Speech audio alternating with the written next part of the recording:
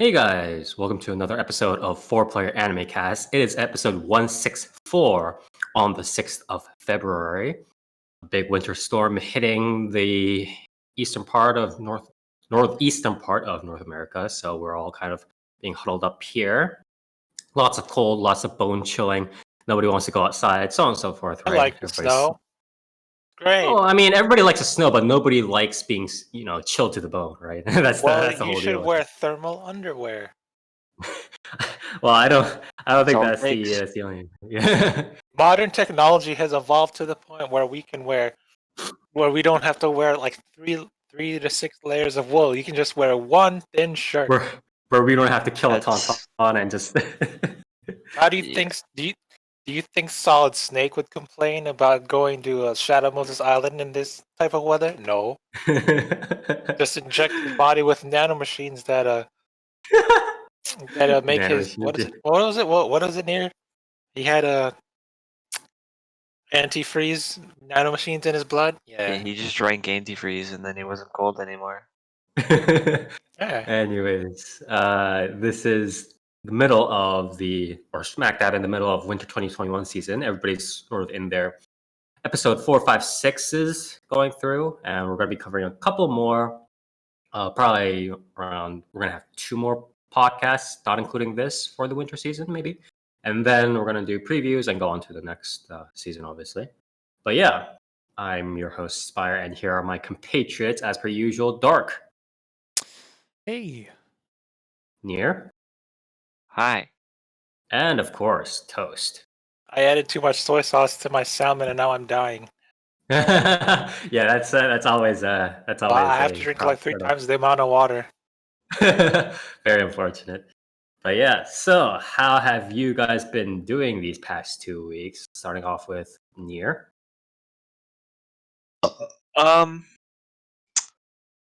alright. I kind of cooled off on Shadowverse. Near, did you win the unlimited tournament? Fuck no, dude. The only thing for me that unlimited tournaments are good for is entering and then quitting without playing any matches, so I get the free rupees. Because unlimited sucks ass. I don't know. Yeah. I got to the finals and I was like, yeah, I'm done here. Yeah, I don't play unlimited like on principle. It's so fucking bad. Yeah, but the free stuff. So I did it for the free stuff, and I'm like, am I gonna win finals? Hell no. Yeah. I think most people are. Yeah. Anyways. But yeah, other than that, the new expansion for Final Fantasy XIV got announced yesterday. Nice. We're going to the moon, so that's pretty cool. Other than that, not too much. It was my dad's birthday a couple days ago. That was cool. Oh, Happy Dad Day. Yeah. Happy belated birthday to your dad. Thank you. But yeah, that's about it. Okay. Pretty chill. All right. What about you, Dark? Oh, it was really uneventful. I'm not falling to pieces, turning to dust or anything. But hey, Dark. Hey, Dark. Dark got snapped by Thanos. Are you getting ahead in life? But yeah, it was really cool.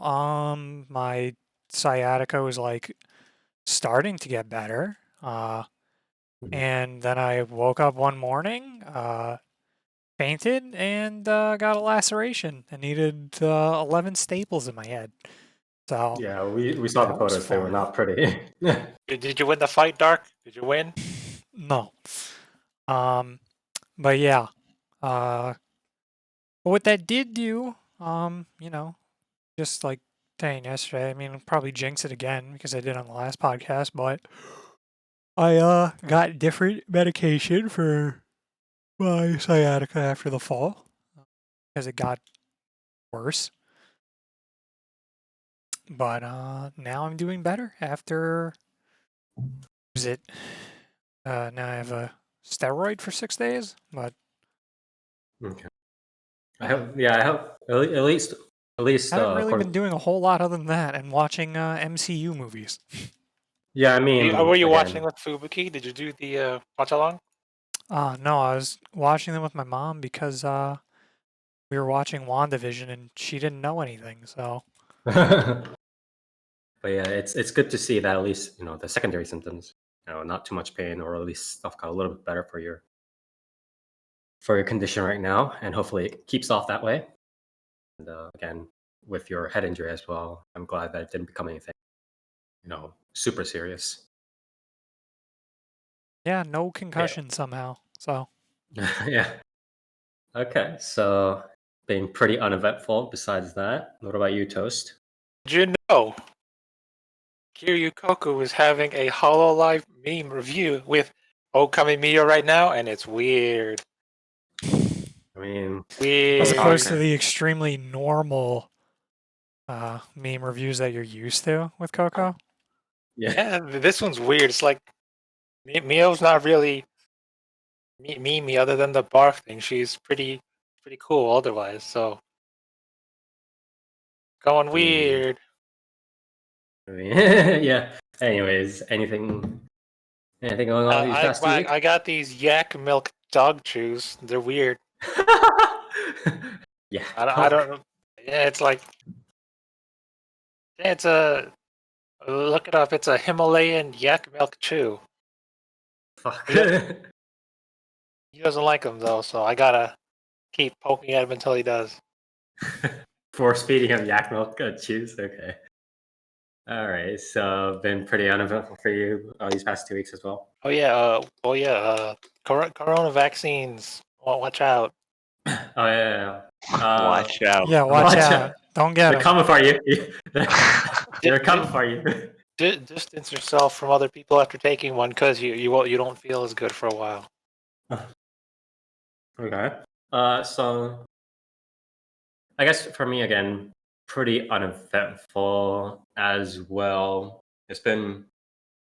I wish I could go running outside, but again, because of the winter storm, I've been pretty huddled up, trying to do jump But rope for a little bit it's Spire. It's extra cardio. more.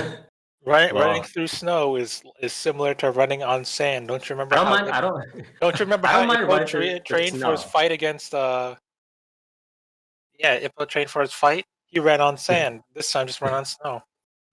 I don't mind running through on snow. The problem is when it turns into ice, and it essentially does like everywhere, then I'm in trouble because Wear running. pleated shoes. Cleated shoes. Well, I don't think that just automatically solves the issue, but yeah, it's been pretty uneventful the past 2 weeks. I've been really hankering to. I should, since I got this new laptop, I should just freaking download Amicano again. God, I just want to play a winter again, but I've been a little bit busier with work these past 2 weeks, so it's been a little bit hard. Clannad's a winter VN. Is it though? Yeah. There's It a is. winter wonder. There's like a winter land, but I wouldn't say it's a winter visual novel. Is it though? Don't you remember the famous scene? If you have Ushio? if you have a dream about being in the snow, and that's like one section of a entire visual novel when they're just spending the year in a school, I don't think that's a winter themed visual. Fire, the famous scene with Ushio in the winter. No one will forget that. I didn't. Yes, that one scene out of all of the other scenes. Also, I'm probably thinking of Canon. Yeah, Canon is much more of an actual like. But yeah, I want to just get back into Amicano or something. But that'll be for later. I haven't been up to too much watching the standard stuff. The issue is, it's like, I mean, oh yeah. Recently, I chanced upon this YouTube channel that had this three. You know how on YouTube you can have these 360 VR videos where you just click and drag on the YouTube screen, and you can kind of look in 360 around a VR thing. So somebody made that, but it was for Weathering with You, Tenki no Ko. It was Wuthering Heights? What? No, Weathering with You. Is that proper English? isn't that what it's called in the Yeah, localization or whatever? It's the That movie. is Yeah, what it's and- called. Name. Yeah, fucking it does confuse me, right? Yeah, okay. So Tenki no Ko, or Weathering with You, and then Kimi no Nawa, or it had one for Kimi no Nawa where you know how the guy wakes up in the girl's body. It had a 360 of that, and then it had another one where the Chihiro's on the train, right? So it had a 360 of that. So I was pretty into it, and I was thinking like seeing that video and also seeing a recent video of how AI could be used as they recently there was a recent AI where the AI was able to recreate the vocalizations or like the vocal tones and mannerisms of dead people or of people All that that. of they trained obviously the voice onto the AI. So the AI could replicate Freddie Mercury's voice, for example. And they had like Freddie Mercury singing like Korean, Japanese, and stuff like that. And it was pretty similar. And I was thinking, like, what if they made some sort of VR experience where they had customized voice lines that made them sound like, the voice actors doing stuff for Cheeto and like other Studio Ghibli characters. But then you could have like 360 VR experience. Like that would be so cool. But yeah, that's Have you seen the ones with like Homer Simpson and SpongeBob? yeah, Those are good ones. yeah. My favorite one is where SpongeBob is enacting a Yu-Gi-Oh duel. Yeah. But yeah, I was just thinking about all the applications that could be. It would be so cool, especially for like anime themed kind of stuff. But yeah, I was just going through that. But other than that, not too much. And yeah, so that was our kind of 2 weeks, not too much going on. So we'll just hop straight on to our reviews, starting off with Toast. What do you have for us today? Toast is dead. Gone. All right, Toast. Do What? you not What do know you we're have doing the for us? podcast? Oh, right now. Yeah, we are in the podcast. What did my title? I don't remember. I don't remember the title. Something Shoujo So- Senki Musume. What? No. Soukou Musume Senki. What? Yeah. You hear that? I watched it. Okay. Yes. Would you like to tell us more? So you guys like Danball Senki? What? Do you like Danball Senki? I don't know what that is. Apparently, it's a PSP. How about Custom Robo or Metabots or Bakugan Wasn't Battle this- Brawlers? Wasn't this supposed to be similar to what was that? What was that one that we watched Frame like Arm years Girls? ago? Frame Arm Girls? Was that it? I It's mean, like it's the same studio. what was the one where the dude had the little like the little like mecha figurine? Because the Frame Arm Girl Oh, was the one that's, where the protagonist was a girl, right? But there was a Yeah. one where it was a dude, right? And they were also pretty similar. But I mean, it's all the same line. I'll just say Frame Arm Girls, right? So is this essentially like Frame Arm Girls? So do you know Danball Senki, also known as Little Battlers Experience in the West? Okay. It's like that. But I Now imagine that, and take away the super cool robot designs, and just turn them into Mecha Musume, but not very well. That's this show. It's like seriously, you see the picture and you're like, oh, they look like every other Mecha Musume I've seen there. And then you look up their what armor they're using, and it's like, wow, that looks cool. How are the transformation scenes? I saw like one. Oh, that's Well, how many two. episodes? In like 5 episodes? There was one in episode 1 where they did all 4 simultaneously, which dragged out too long, and then another one, episode 5, where they did 4 in Nice. one split screen. I was like, okay, do that more often. Okay, yeah, that's a little bit unfortunate. So yeah, starts off with I don't even remember the names. What's the show called again? Senko Musume. Soukou Musume Senki. Soukou Musume Senki. All right, let me. We read over this like 5 minutes ago. Yes. I'm not gonna remember that. LBX girls. That's what I'm gonna call it. I would. I just That's- look. that's I don't need you to. I don't need you to like the series. I just need you to keep remembering the name for like the I'm gonna next. call it 10, LBX 15 girls minutes. because that's what this is. It's Little Battlers Experience, but Mecha Musume spin-off thing. So it's LBX girls. So you got the main character Riko. Yeah, sure. Okay.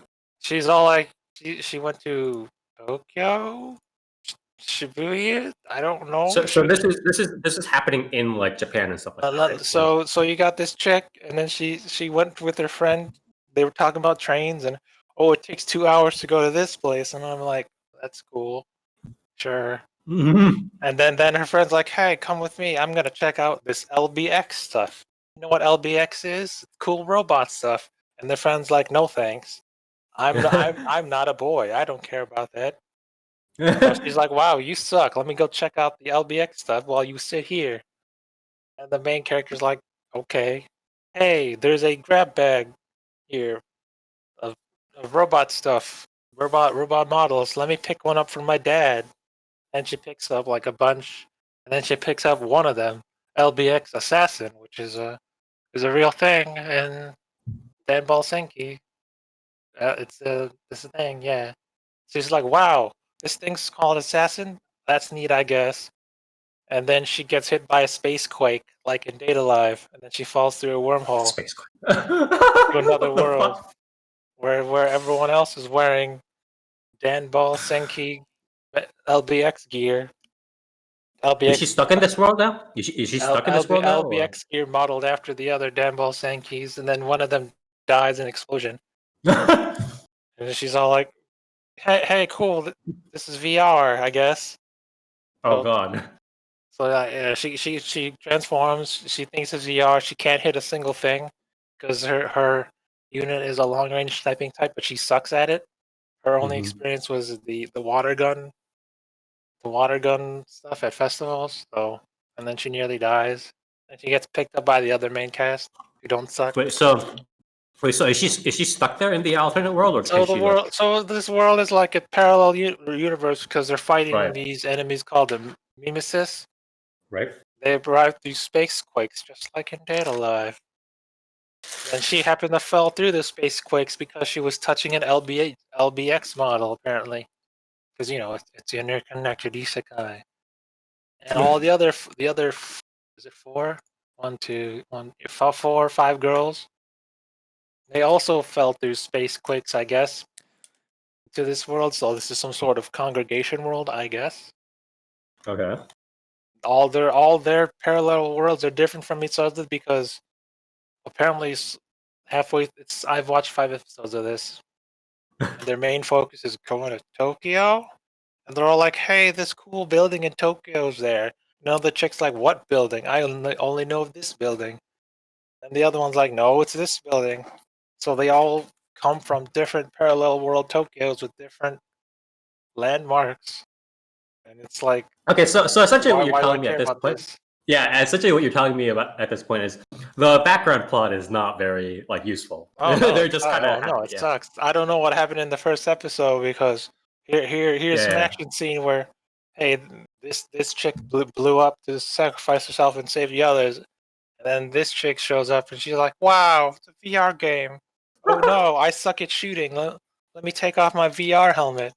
Oh no, it's real life." Die in the Oh. VR, die in real life kind of stuff. Yeah, but apparently it's real. Anything else? What else about this show?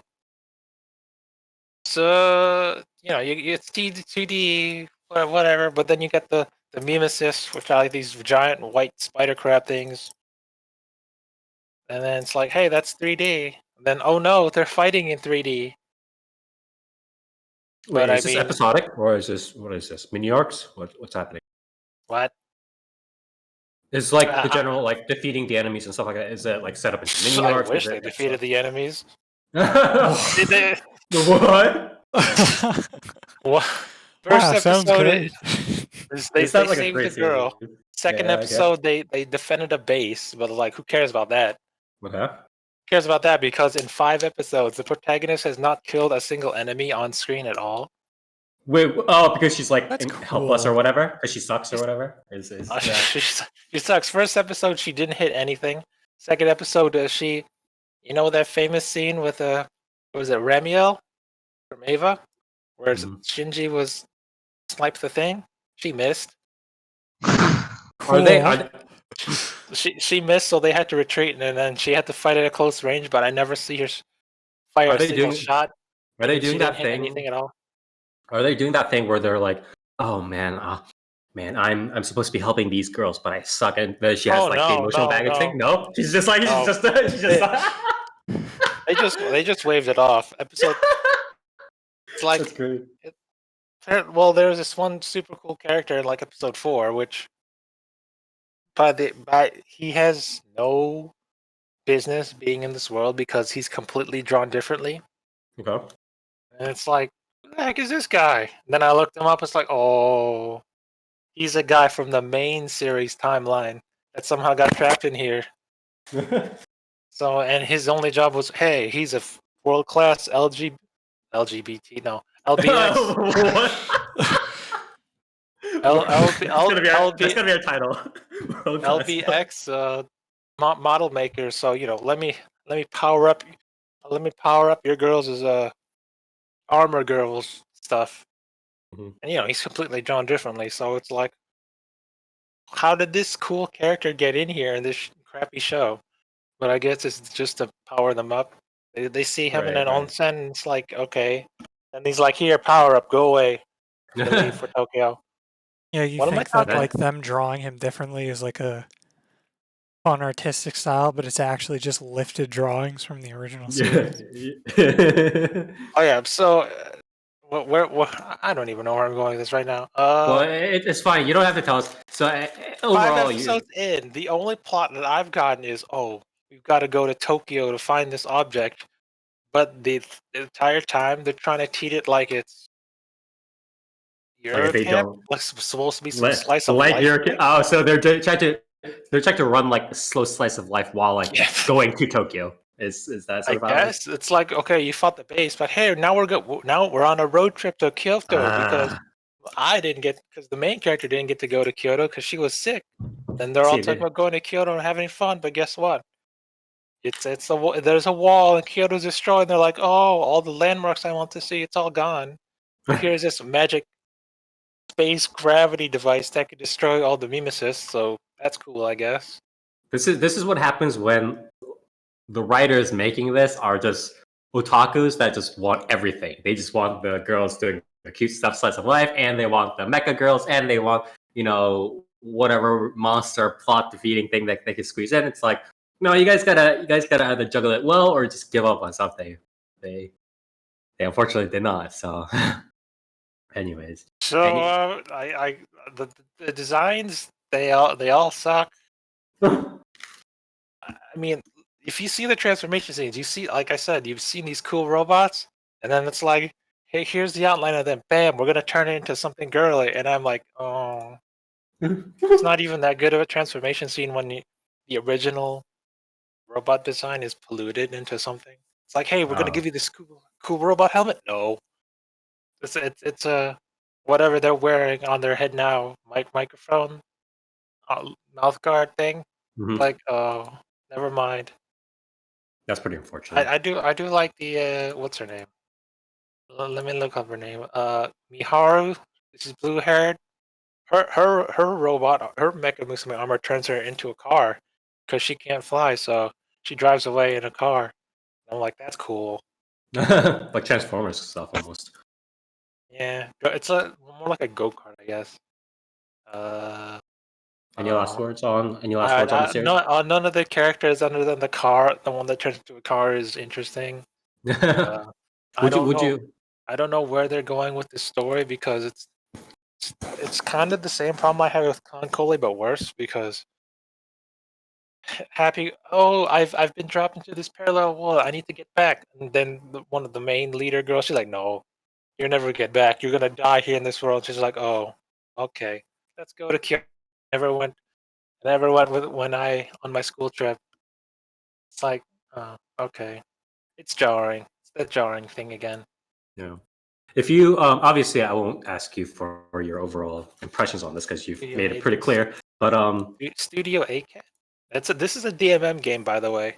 This is I'm not that surprised. Yeah. But if you were like, if somebody was like, oh, I want to check out Soukou Musume Senki, and you're like, no, I'd rather recommend you something else. What would be the series that you would immediately I'll recommend you any other series. Any other series, please. That this Studio ACAT has made. They Mhm. also made, guess what? Frame Arms Girl. Right, right. Chokudo Girl 1/6. This Frame Arms again. The Frame Arms movie. Chokuju Robo Megaru. Mhm. Or So- literally just watch the actual little Dan Senki stuff. Right, It's little kid stuff, but I mean, cool robots, I guess.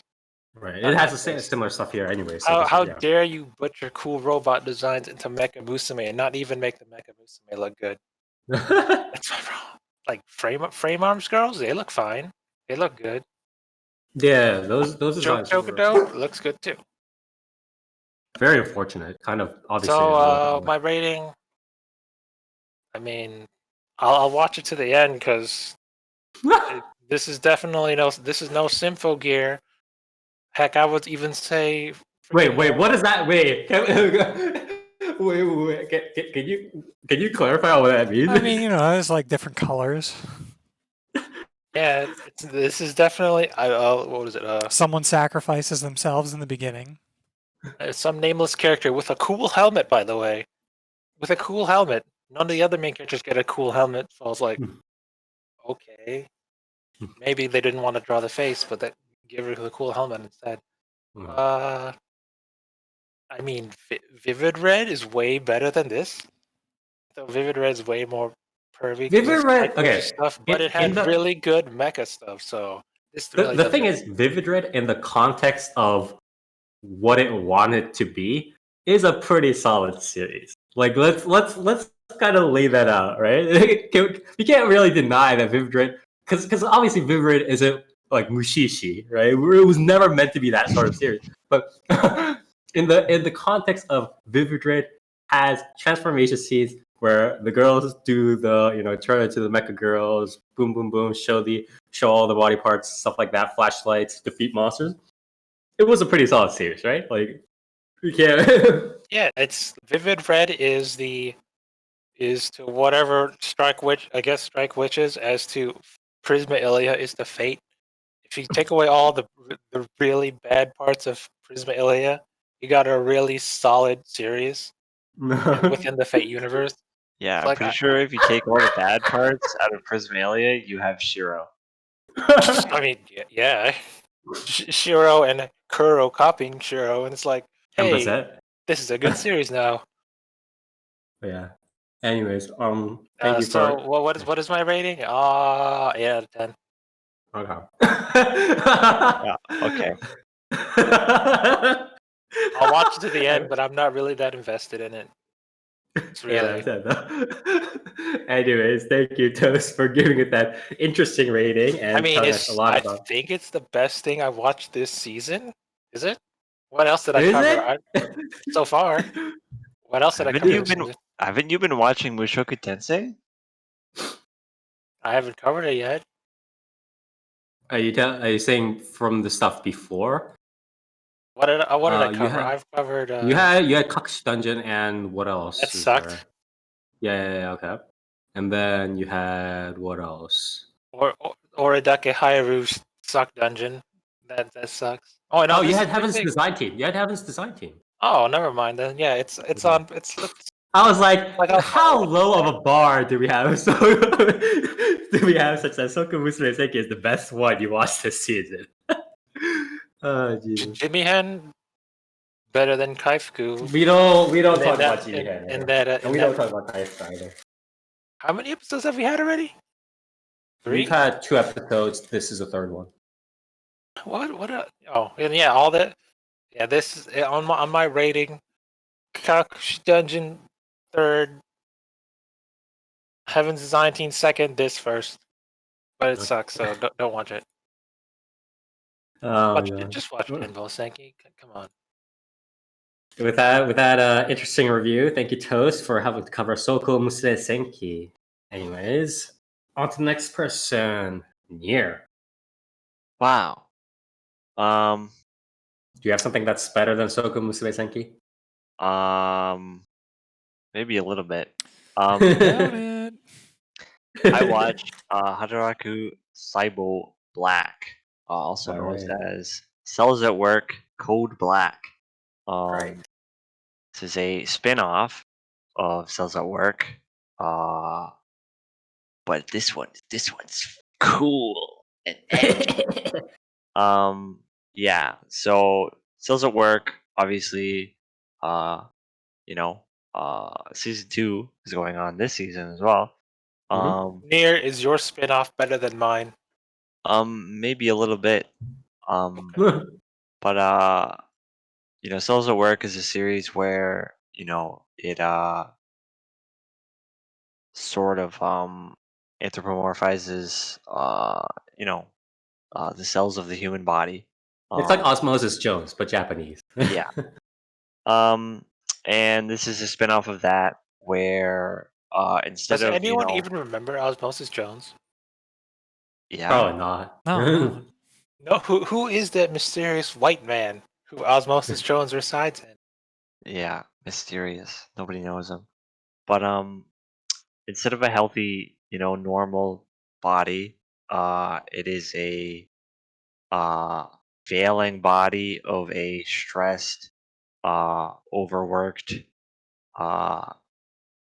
man who Would you recently say the average started salaryman in Japan? probably yeah. Yeah. Yeah. Pretty much literally every single thing that goes wrong in this guy's body, they're like the like narrator is like could be caused by stress.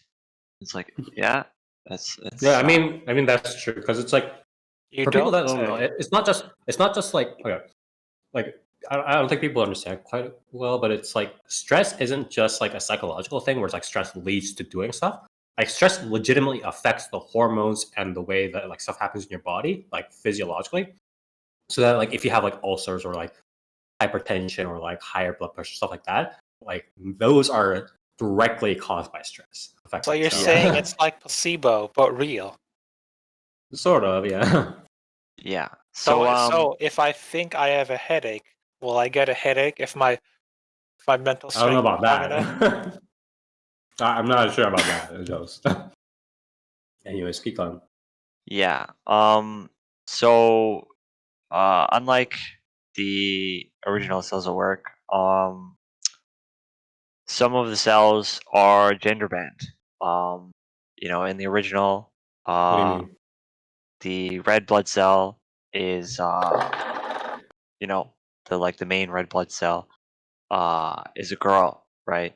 Mhm. But in this one it's a boy. And the white blood cell in this one is a girl, when in the original it was a boy, right? So the main two uh are like, they're swapped for the gender.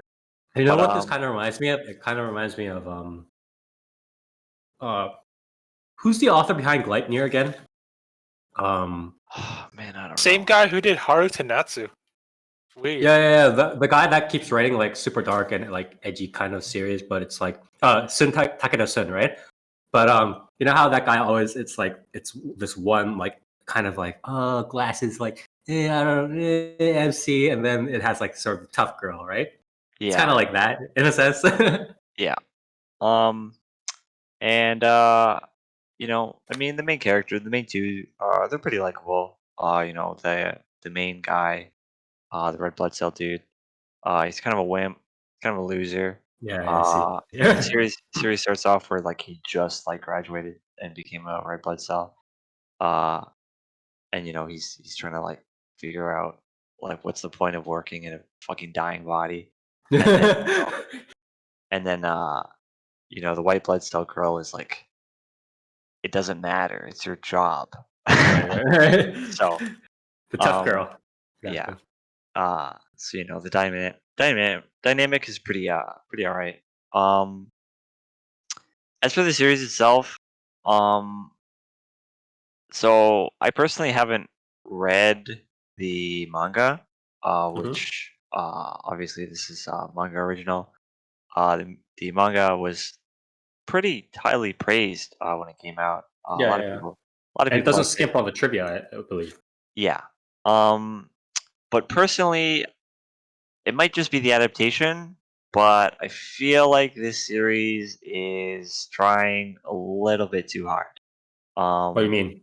Is it like the Fate Zero to the Fate timeline?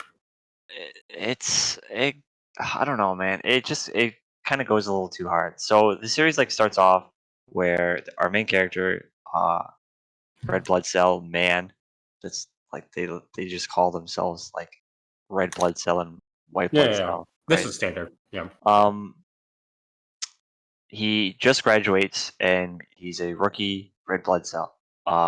And his first job is to deliver oxygen, right? And eventually, as he's traveling through an artery, um, carbon monoxide like explodes into the artery in front of him, and it like Oh. Mhm.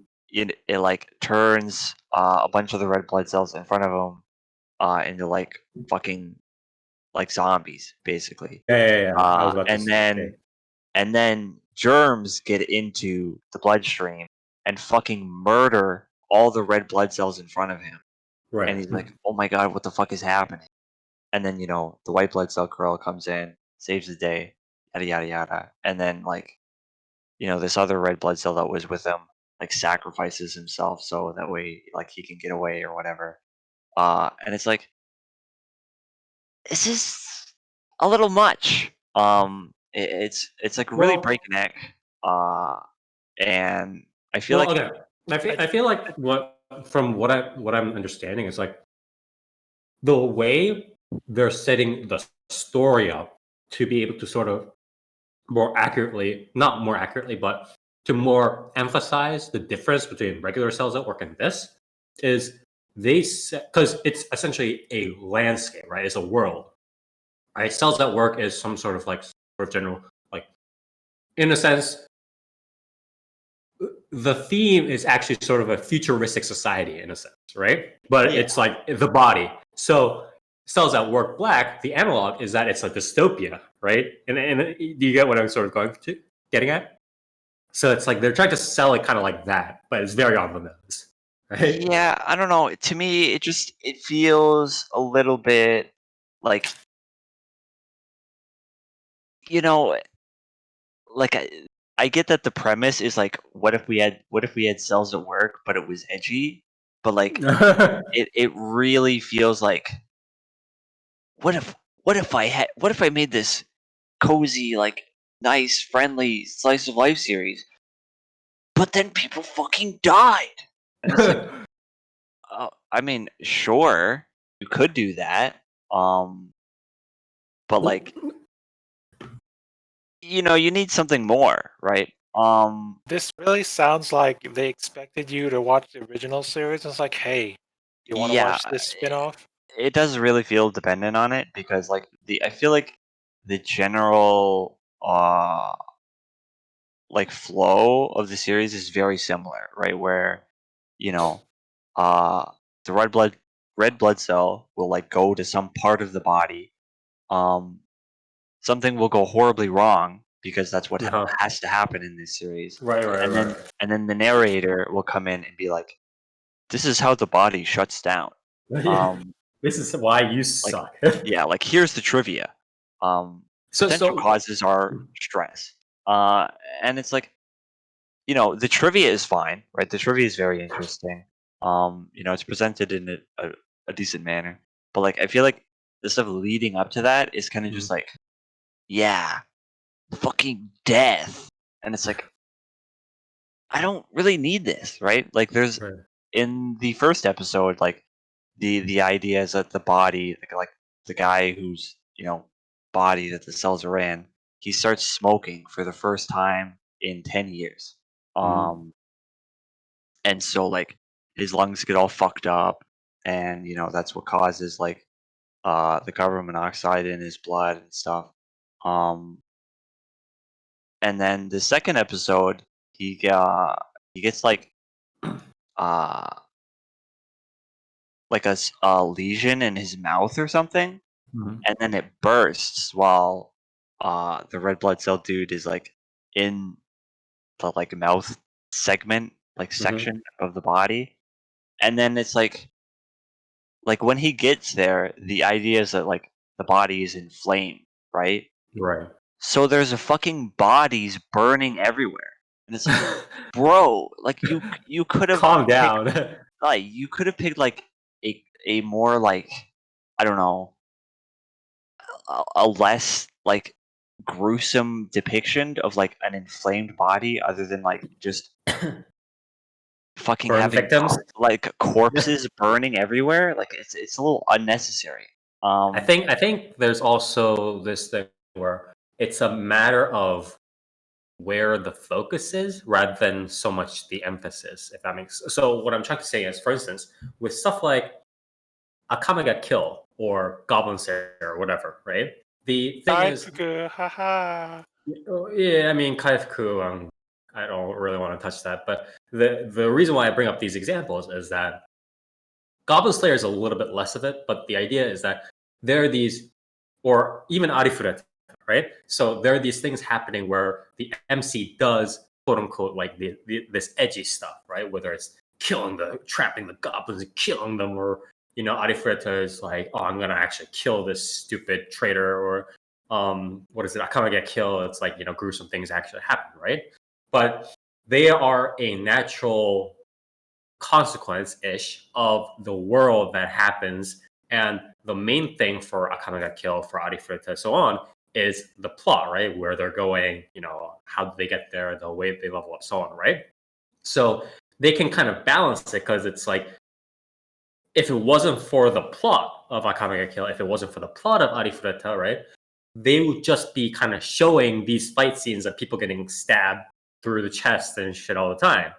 But it's not as existent in Hataraku Saibou Black, right? Because Hataraku Saibou Black endgame is just to show what's going on, to show all the messed up things that's going on. So that's 100% of whatever's going on in the episode. There's no like red cells gonna go on a journey and do stuff. That's not it, right? Because it's always gonna be the trivia. This is what happens. This is what happens. This is what happens in the world. So Yeah. I think that's also the problem. It's not so much the emphasis, it's that this is it. This is the end game. Like, showing you gruesome things is what it is. So that's also, I think the major part of the problem, in a sense. Yeah, I think a big part of the problem too is the fact that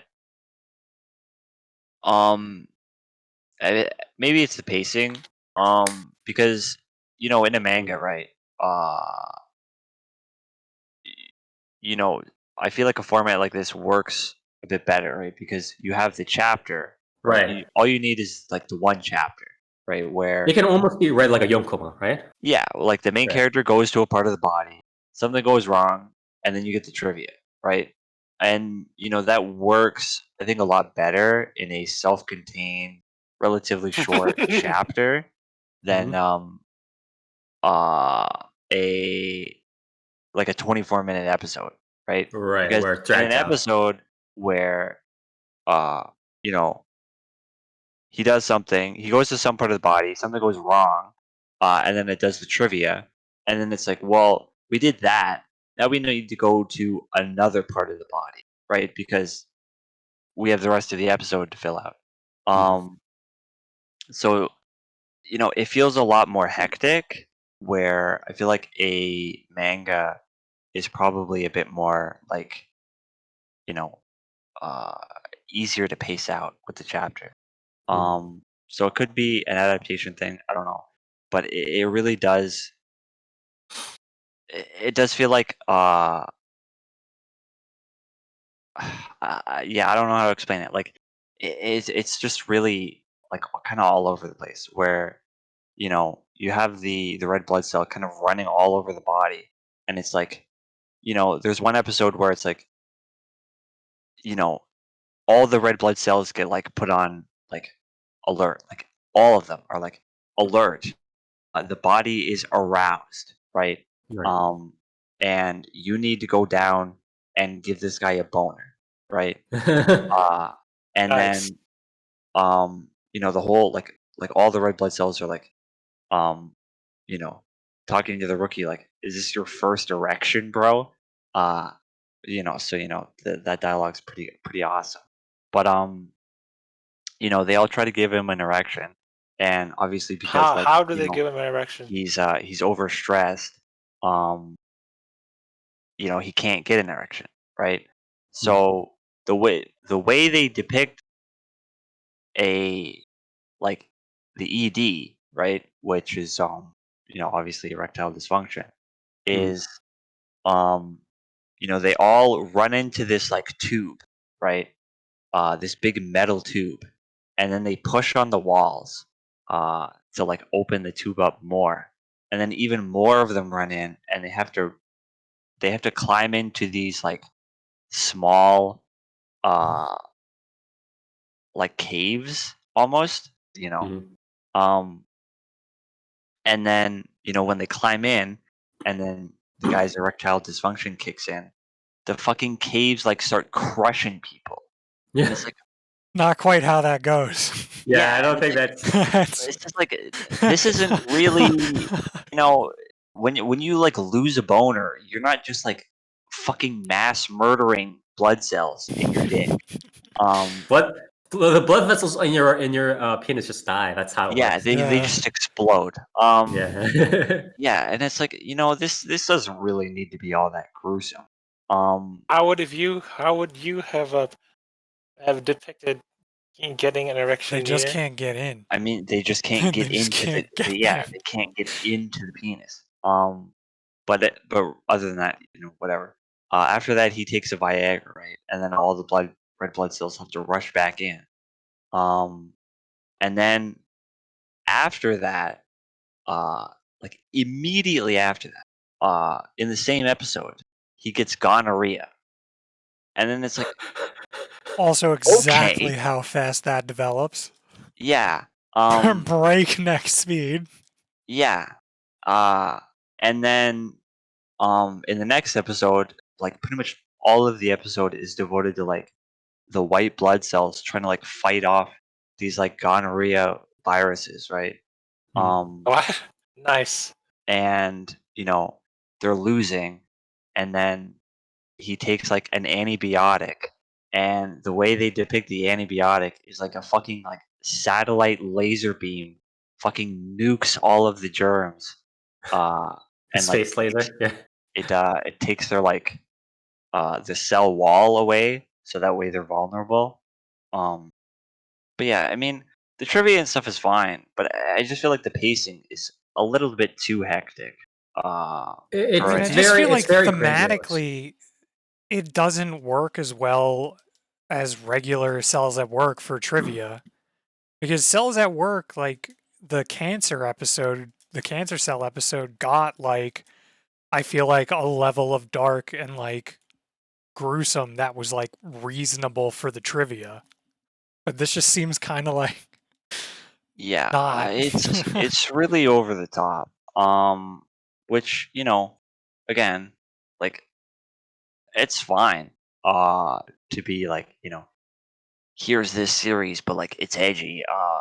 And if you pull it off, that's cool. But like, you don't really need. I like in what is it? I think it's episode 5. Um, where the white blood cells are like, they're I guess they're like worn thin or whatever, from the gonorrhea, and so the T cells kick in, right, and they have to Mhm. take over. Um, and then it goes into like how uh when the body is like overstressed, like really overstressed, the T cells will get confused, and they'll start attacking like parts of the body that's not supposed to attack. Um, and so the T cells start attacking the hair follicles, right? Mhm. Which is obviously uh, like leads to hair loss and stuff. But the way they depict it, again, is they have the T cells, which for some reason are all like big, huge, buff dudes that wear hats that just say "kill" on it. And they go to the hair follicles, like part of the body, and they just start fucking murdering everybody. Like, I think and they set everything on fire, and it's like, this is so dramatic. Like, it's well, I so also so what I just thought of just now, so what I thought just now was that there's also the emphasis. I think also comes from the fact that they're trying to they're trying to depict the scale of it, right? So what I mean by that is it's like for us, a bruise or just like erectile dysfunction or whatever is just like, penis drooping, or a bruise is like, boom, it's like, it hurts. It's like a spot or whatever, right?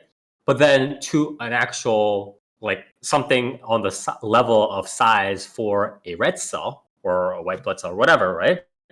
It will be something that's huge, right? Because there are thousands of millions of red blood cells in the body, right? So they're trying to show this sense of scale by, instead of having it be like, oh, it's some sort of factory accident or something like that, right? Which is sort of, I guess, what we would expect in a sense, right? A big incident. They're trying to show it like people are getting snapped by Thanos or some shit, right? They're trying to emphasize the scale by making the action more drastic, if that makes sense, right? So I think that's sort of what I'm not saying it's good necessarily. I'm just saying that's maybe what they're going for, right? yeah. I mean, I get it. Yeah, I just it's don't still on the think nose, yeah. I don't think it's really necessary. Like right. like the way they're depicting this, like it feels like the dude that like this body is, like he should be dead. Like You're like just getting beat every time. this man is literally a walking corpse. Like like he inhales like a puff of smoke and his body starts shutting down. Like uh, like the man has sex and 3 seconds later he has gonorrhea. And it's like, Right, exactly. God damn, dude. This guy is like, this guy has no immune system at all. Mhm. Like, it's crazy. It might be just a pacing thing, but like it's really like it's crazy hectic. It's super dramatic. But I mean, the trivia is nice, so there's that. Yeah, I mean, I don't think there's anything too wrong with the actual trivia. It's just Yeah. sometimes, yeah. Um. But yeah, I mean, I feel like if you like cells at work, you might like this, but I don't know. It's really different. Like Right. obviously the trivia aspect's the same, um, but like just the tone of it, and like the way, just the way like the world of this like series is so dramatically different. Right. Also, um, a minor gripe I have, but it really bugged me. The way they depict cholesterol in this, right? Like you know the blood cells like passing through the hallways and stuff. Mhm. Um, some of the hallways have like big buildup of cholesterol, right? Right. And it looks like just giant piles of shit, like just big brown piles of poo, and it's really fucking gross.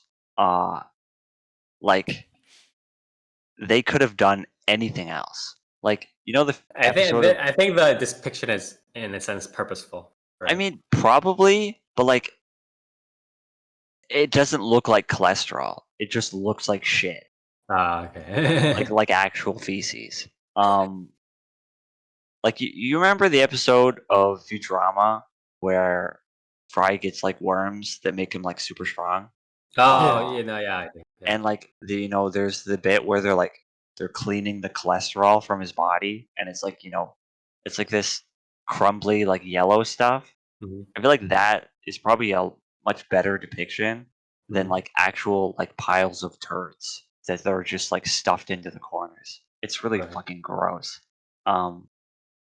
But yeah, that's just like a minor thing that it really bugged me. I don't know why, but yeah. Anyways, any last words? Um, it's okay. Um, Also, from what I'm looking at, I mean, cholesterol I think is not really like visible. Like in a sense, it's not like something that we can just see. But I believe that if high amounts of cholesterol do pile up along with like the fats and stuff like that, Well, it's it like is plaque. Like the yeah, it's like plaque and plaque. everything Yeah, the is plaque is yellowy. the plaque. Yeah, exactly. That's essentially the closest visualization of cholesterol. You know how it's like people if long ago when you had those documentaries of people like opening up like the heart arteries or whatever of like people that were super obese and stuff like that, and it's like yeah, super all yellow inside. That's pretty much the closest visualization. yeah. You mean it's not your veins full of poo? Yeah. But yeah, it's all right. In terms of audio visuals, though, I will say there's a few shots in this that look really weird. Like What do you mean? have you ever run like an image through like an AI upscaler, Mm, and some of the lines have like that weird like it's like sort of blurry, but like you can see where like the AI kind of like filled in the line. You know what I right, mean? right. There's a lot of shots in this that kind of look like that, where like the line work looks like it's been like AI upscaled. It's really weird. Do you think they actually did do it, or It's possible. I don't know why they would do that, but it kind of looks like it. right? But yeah, in motion, it looks okay. Hmm. This is a Leiden Films series, so I mean, it's not terrible looking, but it's not great. Right. But yeah, I mean, if you like Cells of Work, I guess check it out. But uh, I don't know. I'm not too hot on it. Yeah. Near, can you believe we live in an era where no one remembers Osmosis Jones, but they all remember Anatomy Park? Sooner or later, people are No, gonna forget about Haruhi too. Toast. can't wait. I can't believe this is a ripoff of that one Rick and Morty episode.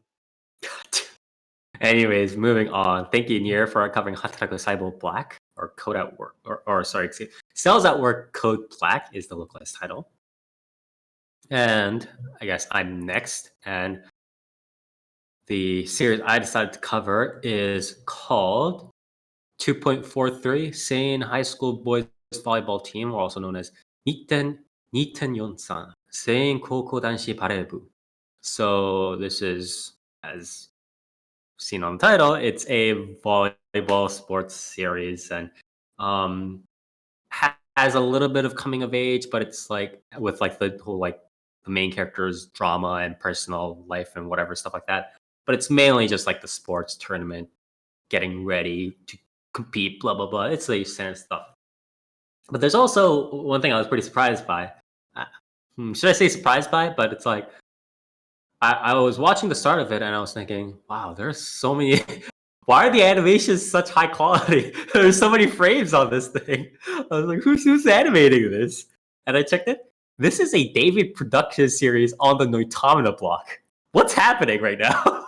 Yeah, Okay. This is a sports series animated by David, Noitamina block. How much grab ass? Why does Spire always review the yaoi anime? It's not that I look. It's not that I want to. It's this. you It's do, how bro. the It's timeline not that he works. wants to, he's destined for it. Yeah, He's drawn to it.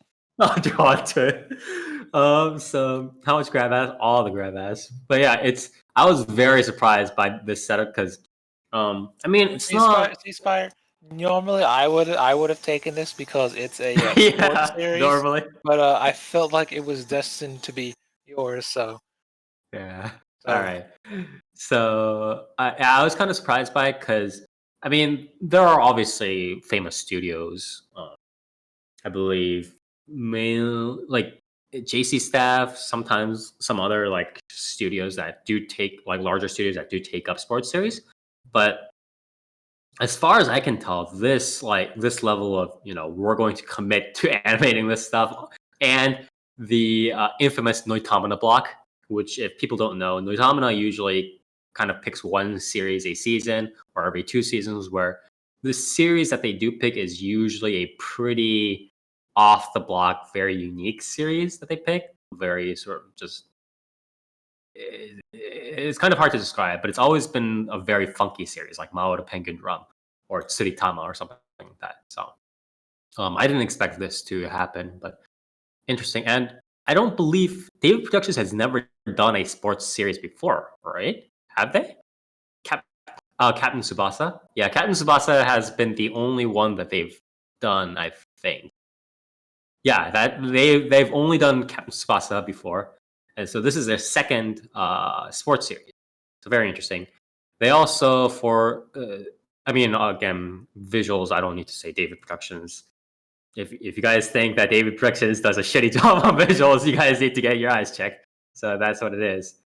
Is this penguin? Who is this How many David shots? Productions fire? How many shots of them just sweating so far? A decent amount. It's mainly them blushing, which I'll get to in a bit. And is this Penguin Drum? Yeah, this is the second season of Mao the Penguin Drum. Nier loves it. But so visuals, obviously, I don't need to say anything. It's David Productions. Audio, the opening is pretty good. I usually really don't like the whole. It's not that I don't like the genre, but I've just never been impressed by the level of creativity, or rather lack of creativity, that a lot of these sort of J-rock male sports series openings kind of tend to take. I've never been that impressed. But this one was pretty good, so I did like the opening. The BGM is whatever; it's pretty standard. What else is there? Oh yeah, the voice actors, they brought pretty much the whole Gay Boys crew in. Enoki Junya, Ono Kensho, Umahara Yuichiro, How Ishikawa how do you Kaito. know they're gay boys fire? Because that's literally like 80% of the roles that these That's what motherfuckers they do. Yeah, Yes, this is how fire. they make their Have, right. have they been shown doing the deed? Otherwise, it's just a bromance. No, well, I don't. I'm not sure. Yeah, I'm not sure if the voice actors themselves did the deed. What I'm saying is they definitely It's voiced fire. the deed. Yeah. Fire. You know there's a version of a honeymoon called the homie moon, right? No, I do not. No, I do not, sir. It's the no homo Sir, I don't. honeymoon, the homie moon. Hang out with your That's not- homies. Go to the spa, I- you know? Yeah, all Yeah. the spot trips. All those non-gay activities. Yeah. Anyways, pretty much the entire crew is here. As I said, all of the ones that I mentioned before. Aoi Shota, Kimura Subaru, just who is there? Horie Shun, Eguchi Takuya, just everybody, like the standard A-listers are all there. So yeah, this is just 2 dudes who are who were in middle school, or they were childhood friends, and they were like, oh, like they were really close, and then they had an incident at his sort of like old school, right? I believe middle school, and then they kind of separated, and then they came back together to meet up in a city in Fukui, which I believe is pretty much central Japan. Yeah, it's Fukui Prefecture is pretty much central Japan, and they meet up there. Their volleyball team isn't much to speak of, or rather, it's pretty much bare bones except for the 2 of them.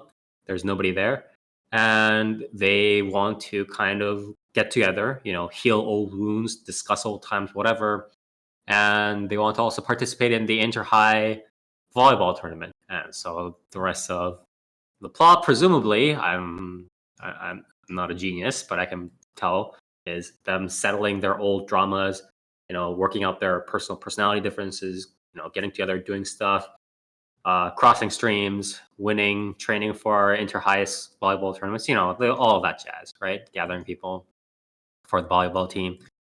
And that's pretty much the story. Lay next to each other again. Nothing. Yeah, pretty much how that works. So, How good I are the mean, scenes, Fire? You know what scenes I'm talking about. So it's weird because there's a lot of Sex? so there's a lot of like weird blushing. I don't know what you know how in Yuri series, How right? good there- is the butt stuff, Spire? can I finish what I'm trying to say here? No. So you know how you know how in a lot of these Yuri series, it's like one girl like watches the other girl from far away, and she's like she blushes, kind of like oh she did something, blah blah blah, and Oh, that's sort of like what happens from time to time in this series, but it's like they just kind of have those scenes. They're like, and it's not like it's very weird. It's like the dude is like, okay, well, all right, let's get practicing. I'll go along with you. And the other guy's like, This guy's never I stared beg at you. his fucking bros like Yeah, spike you've never form been- and just blushed from across Yeah, the you've gym. never been very staring at your. other You've never been staring at your bro, and then like from like across the room, and then suddenly you make eye contact, and then like you turn bright red. It's just like this is It's normal. very you guys have to watch episode. you never been episode caught one. deep Like, there are these inspired by your scenes bro? you know you know those like you know how in anime or I guess art in general, it's like it's not like the standard sort of blushes that you have like the red lines on your cheek, right? Although obviously these days it's like you have gradients, or it's like they turn the entire face turns bright red, or they have various ways of doing it, right?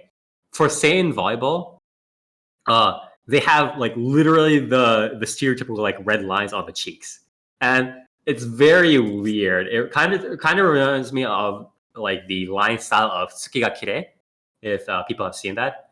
Yeah. So it's like a very like pastel-y, crayon-y like line kind of thing going on. It's just like, really, is that how they're animated? Like this is very on the nose. You guys realize this, right? It's not just like Yeah. a slight blush, like oh, I mean, oh, they man. know what they're doing. Yeah, it's a very like, oh, what's happening here? I'm like, all right, look, like I'm like, look, the blushing is like whatever, but like, can we not Spire's have it never so on the nose? appreciated a sport enough. Clearly. I love the balls. Okay, and please do not take that I out mean, of context. Fuck you guys. One ball or single ball, Spire? Yeah. It's called. All Why the do you think balls. it's called double dribble? Yeah.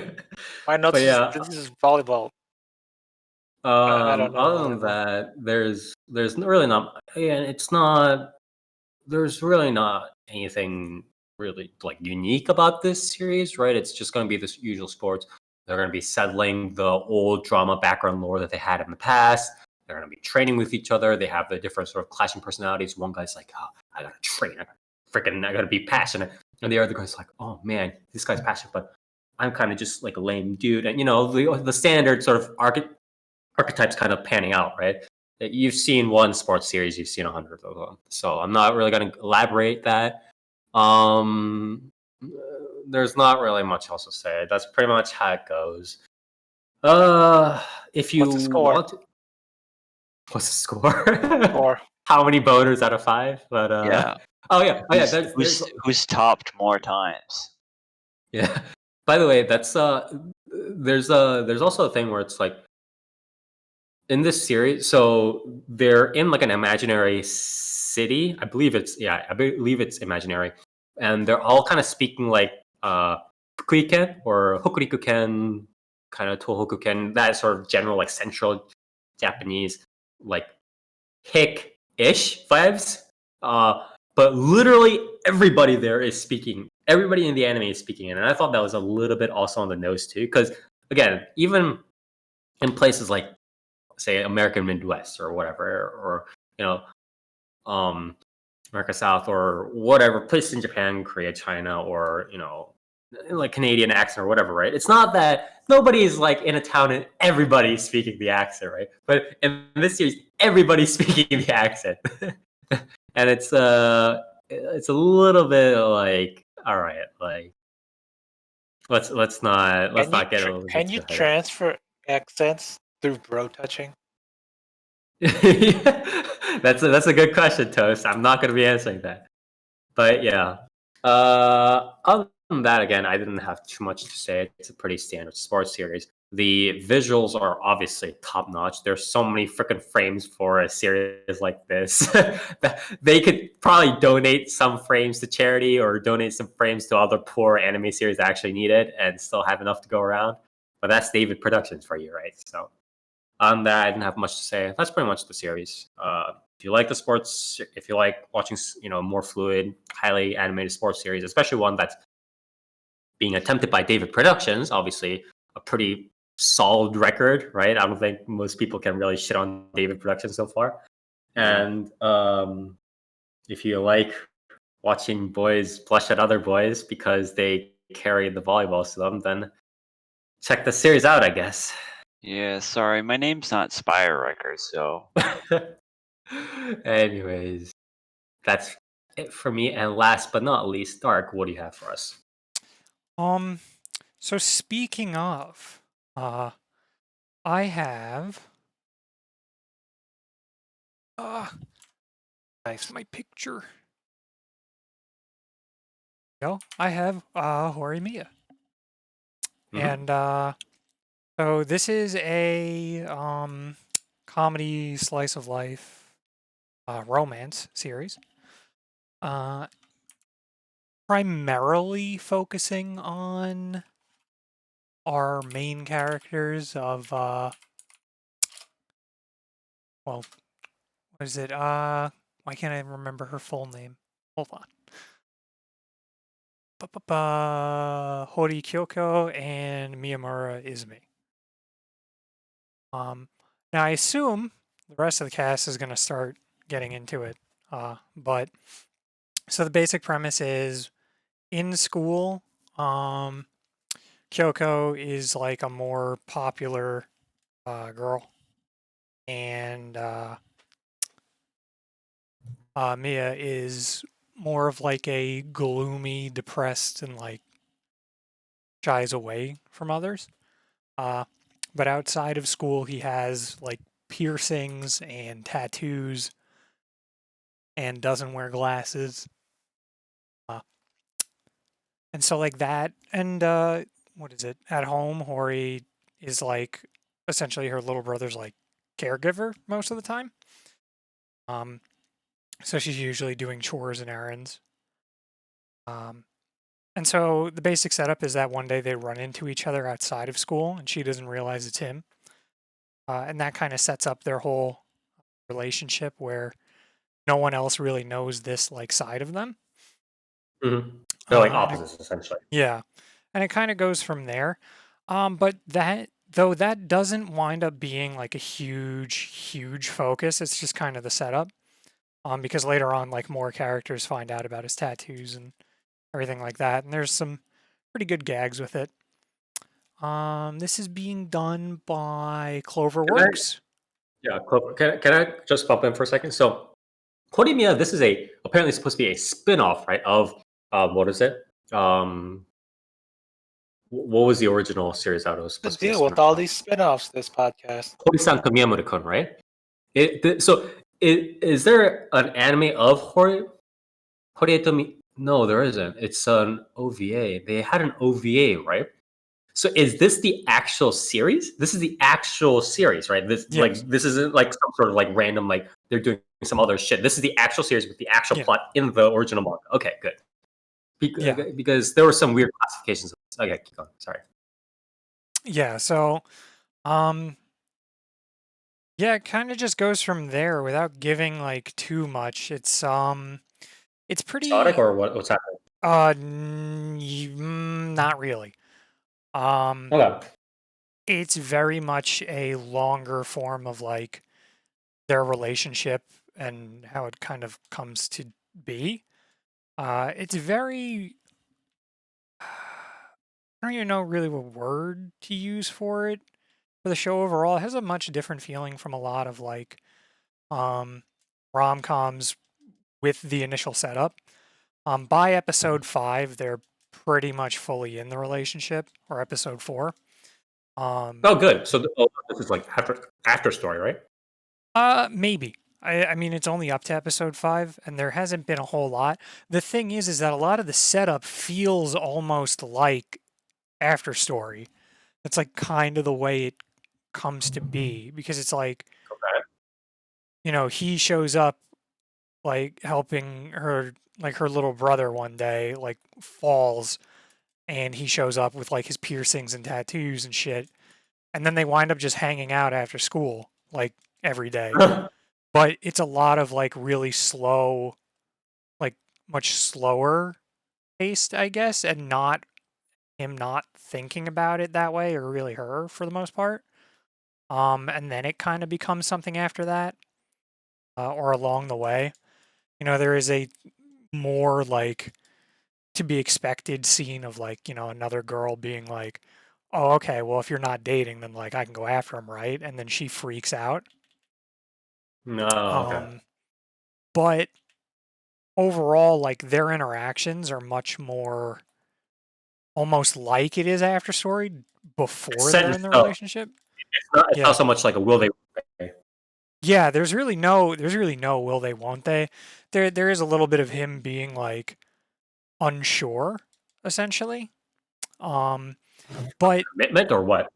unsure that like she actually likes him.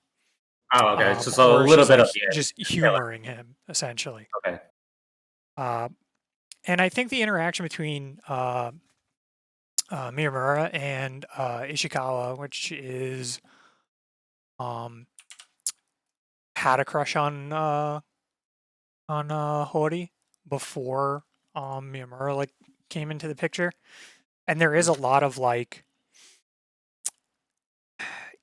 it's surprisingly like played off more lightly and comedic for the most part, but then there are more like I guess like realer interactions between the two of them where like they get into like a fist fight, but it's not like after that it's not really anything super crazy.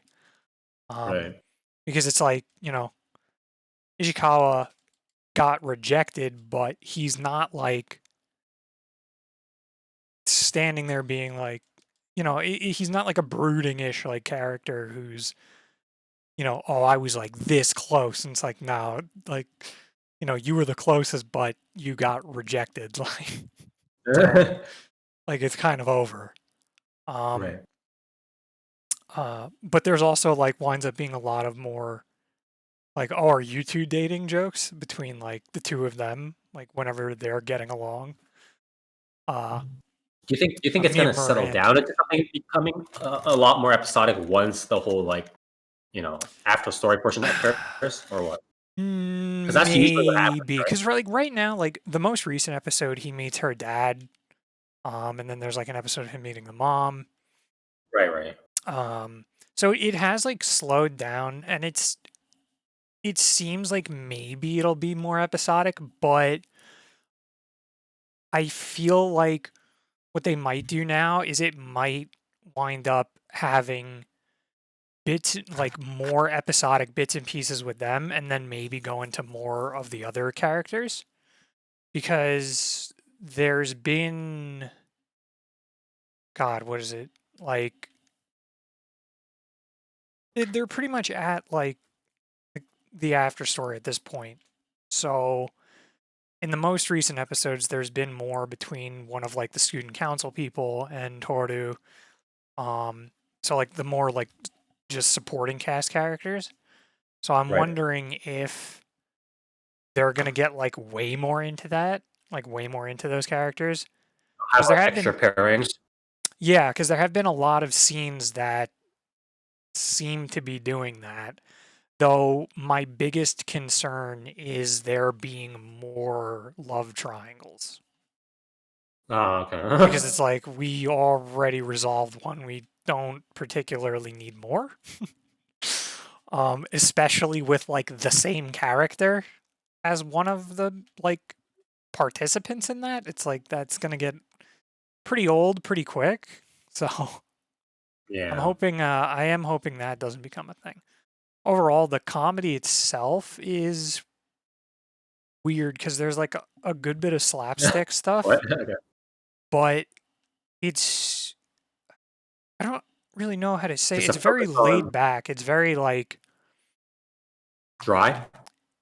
yeah. It's not super in your face with like a lot of it, especially with like the delivery on some of it. The more like word stuff or like the character interactions like things. There's a lot of To like use more an innocent AT word, comedy. I guess laconic, right? So like that's a very it's just Yeah. like not very just like it's not like frenetic. It's not like super like oh here there blah blah blah blah blah. Yeah. So But it does that while having a good mix of like, you know, situational based comedy, slapstick, like wordplay-ish type stuff happens. So there's a really it does good fit like it does fit the pace of the story though. yeah, it's not super breakneck. And it very much fits the sort of like what do I say, not theme, the overall like feeling, I guess. Yeah. You The say? atmosphere. Yeah, yeah, sort of like the atmosphere of the series being like this slower paced, but still like I don't know. Well, see, I don't even really want to say slow paced. It's weird. It's just not super like Relaxed pace. Yeah, it's much more relaxed. It's not. That's what I should say. It's got a lot of comedy. It's very slice of life with the romance, and it has very light drama that resolves itself both reasonably at a reasonable pace and usually like somewhat comedically. So Okay. yeah, overall, quite good. It's definitely one of the better like I would say paced and set up like romance series we've talked about, I think. Right. Just So because that's it pretty goes good. from the like setup to the after story, it seems. I'm glad. Pretty I'm well. glad that it it can kind of properly land itself onto that more like less common premise, while still sticking to its pace and kind of sticking away from the whole like oh will they want the girl's over here and then she's kind of trying to make Valentine's shop but blah blah blah blah blah like all that sort of like going through the rigmarole, right? Yeah. So that's good. All right. Any last words on the series? I would say definitely check it out. Because it'll probably not very similar to things you've seen of this nature, just because of the way it handles everything, especially the bros. Okay, so with that, thank you, Dark, for helping to cover Horimiya. And this is the actual sort of full anime adaptation of, what was it? What was the manga again? It was I have no Hori-san to idea. Miyamura-kun. Yeah, Hori-san to Miyamura-kun. I believe there was an OVA series, a couple of OVAs out before this, like way back when. Apparently 8 years ago. Jesus Christ. But so there was a little bit of an OVA kind of spiel back then, but this is the actual like full thing. This is not a spin-off. This is the actual series. So check this out. And with that, we're going to move on to the news. Not too much news today. Some interesting like number stuff, but other than that, we're just gonna cover and go on to our shoutouts and callouts. So first off, awards. The executive committee for the 14th Manga Taisho Awards. So this is again, Manga Taisho Awards are pretty much, I believe, all selected by like bookstore people and like people that they're over, they're not going to pick just like Sword Art Online and stuff like that, right? They're actually going to pick stuff that they're like, oh, out of the thousands, the hundreds of, stuff I've seen, these are the interesting. So these are usually pretty interesting series. So the 14th Manga Taisho Awards listed this year's 10 nominated works on Monday. So the 2021 nominees are number 1, Oshinoko, or The Favorite Child by Akasaka Aka. And Yokoyari Mengo. Oh, Yokoyari Mengo. Holy shit. He returns. Okay. Anyways, second, 地球の運動について. Number 3, Spy Family. Number 4, 水は海に向かって流れる. Number 5, Beyond Metamorphosis. Number 6, Monster Number 8. Colon Generic Romance.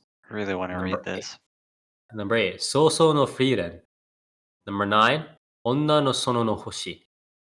And number 10, Karaoke Iko. So again, these are, selected by a bunch of bookstore staffers and people who are, not just gonna pick some random, mainstream shit off the street.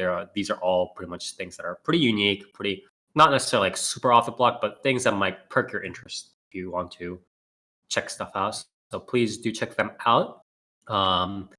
Previous winners include the Blue 2020 Blue Period, 2019 Astro Lost in Space, Beastars, Hibiki Shousetsuka ni naru hoho, Golden Kamui Kakkaku Shikachika, Bride Story, Umimachi Diary, Silver Spoon. So again, all these series are not like just whatever. So please, again, do check some of these titles out. They might interest you. Next. Fun stuff on the Crunchyroll front. Crunchyroll announced on Tuesday that it has garnered more than 4 million subscribers and more than 100 million registered users. Fun. The service had surpassed 3 million subscribers and 70 million registered users in July 2020.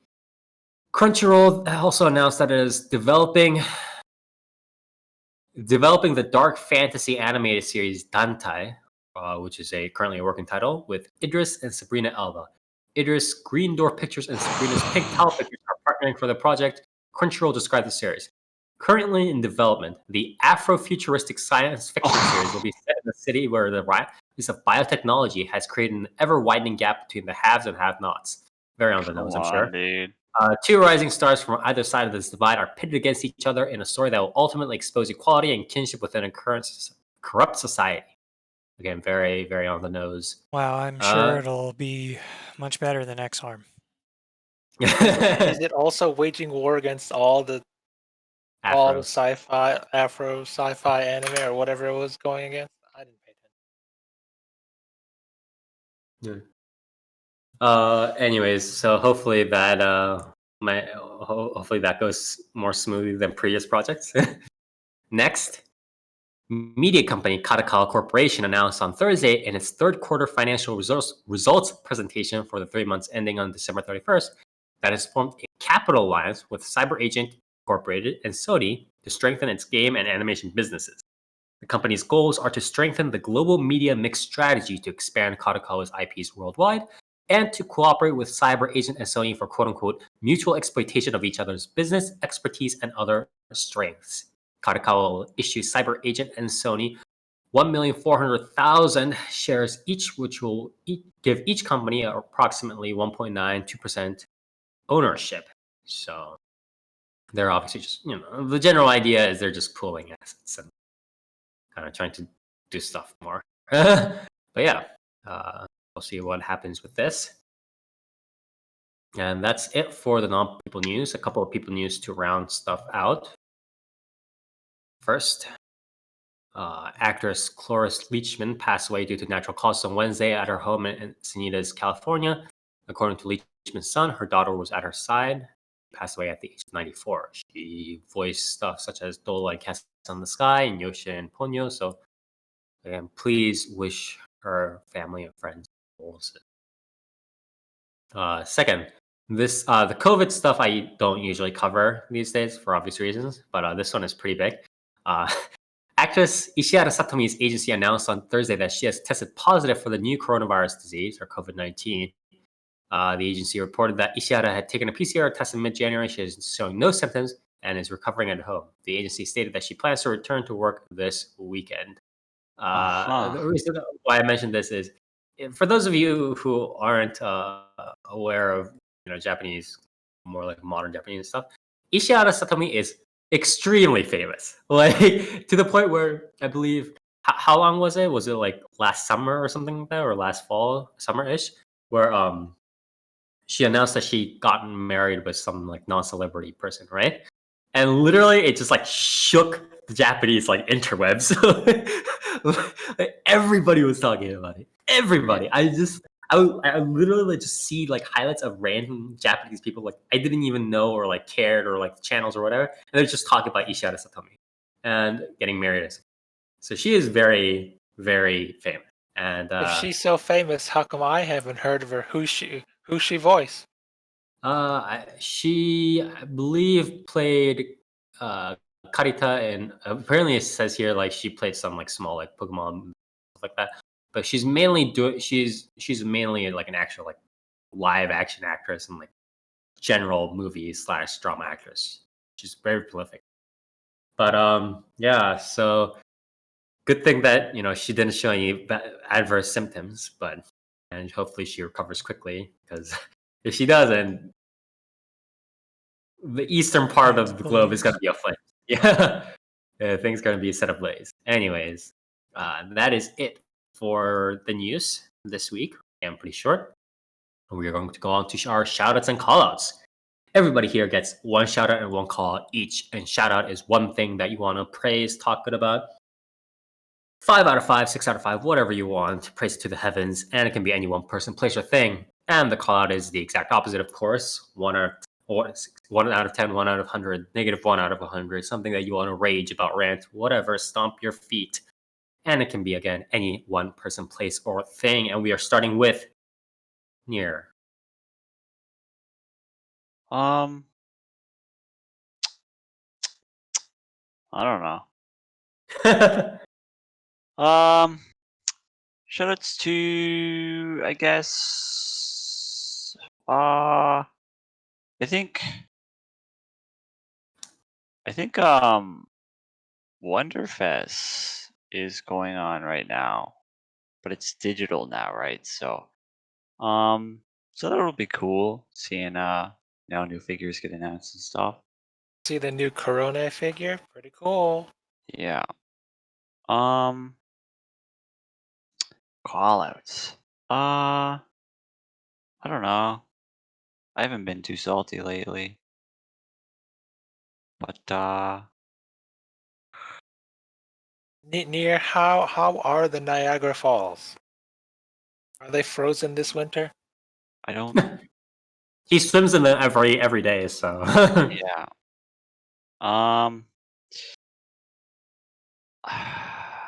I don't know, man. The only things I get like upset about lately is politics. So Let's not go know. there. yeah.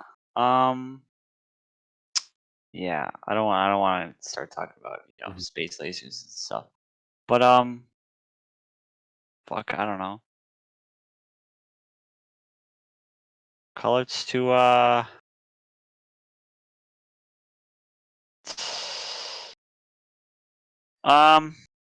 callouts to the fact that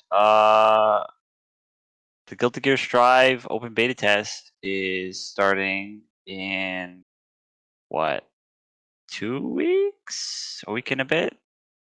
And that game's UI still looks like fucking dog shit, you know? Yeah. That's about Very it. unfortunate. Dark. Oh. Damn.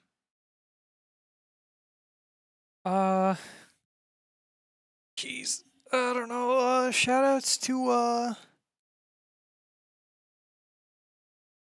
WandaVision, I guess, it's a good series. No spoilers in chat.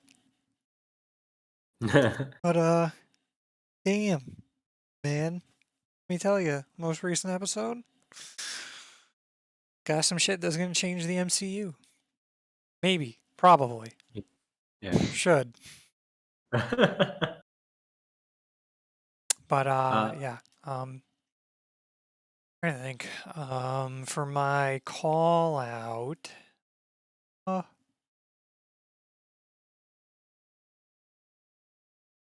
don't know. It hasn't been too much. Yes, the call out. I guess people who think the new Final Fantasy class that was shown off isn't cool. Sage is cool. Cooler than fucking Alchemist would have been. So, you know, It's cooler than the other healers that are already in the game. it's also true. So I guess future call out to everyone else who's going to be playing it, like I probably will too. Though I think Nier's prediction of the next DPS being Reaper Scythe might change my mind too. So who knows? Okay, so Toast.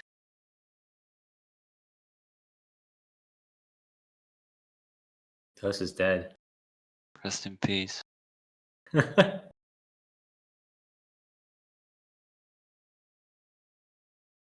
Toast? Hello, it's God. me. Yes. Like to tell us about your shout out and call out? My shout out to frozen strawberries. Good. Okay. You want my super secret strawberry smoothie recipe? Here you go. Frozen strawberries plus cranberry juice. Putting it in a blender. There, you're done. Tastes like a strawberry freezy pops. Or if you don't have cranberry juice, I substitute with strawberry banana juice or express as well. Don't add water. You'll ruin the flavor. Two ingredient smoothie. Bam, done. Apparently strawberries have fiber, so they help you poop. All right. I drank about 6 cups today, so I'm feeling great. And your call Corona vaccine. out? Okay. So, you're just calling out Corona. Okay, sure. No, the vaccine. Good for you, sure, but the side effects afterwards, you don't feel so good while you fight off the Rona. So, Well, but there could be some. so There could be yeah, some secondary. if you Yeah. feel like crap, I would know. So yeah, it's fun, but you take it anyway. Okay. I for shout outs, huh? Oh, I guess well, let me do call out first. Call out to freaking uh the people I'm working with for at the company for just kind of a well, not even company, but it's sometimes people in our other organizations and stuff like that. But they're kind of slow rolling some stuff, so I'm getting a lot of tasks that I need to do last minute, which is always unpleasant. But call out on that. As for shout out, I also want to shout out. What should I? There was one.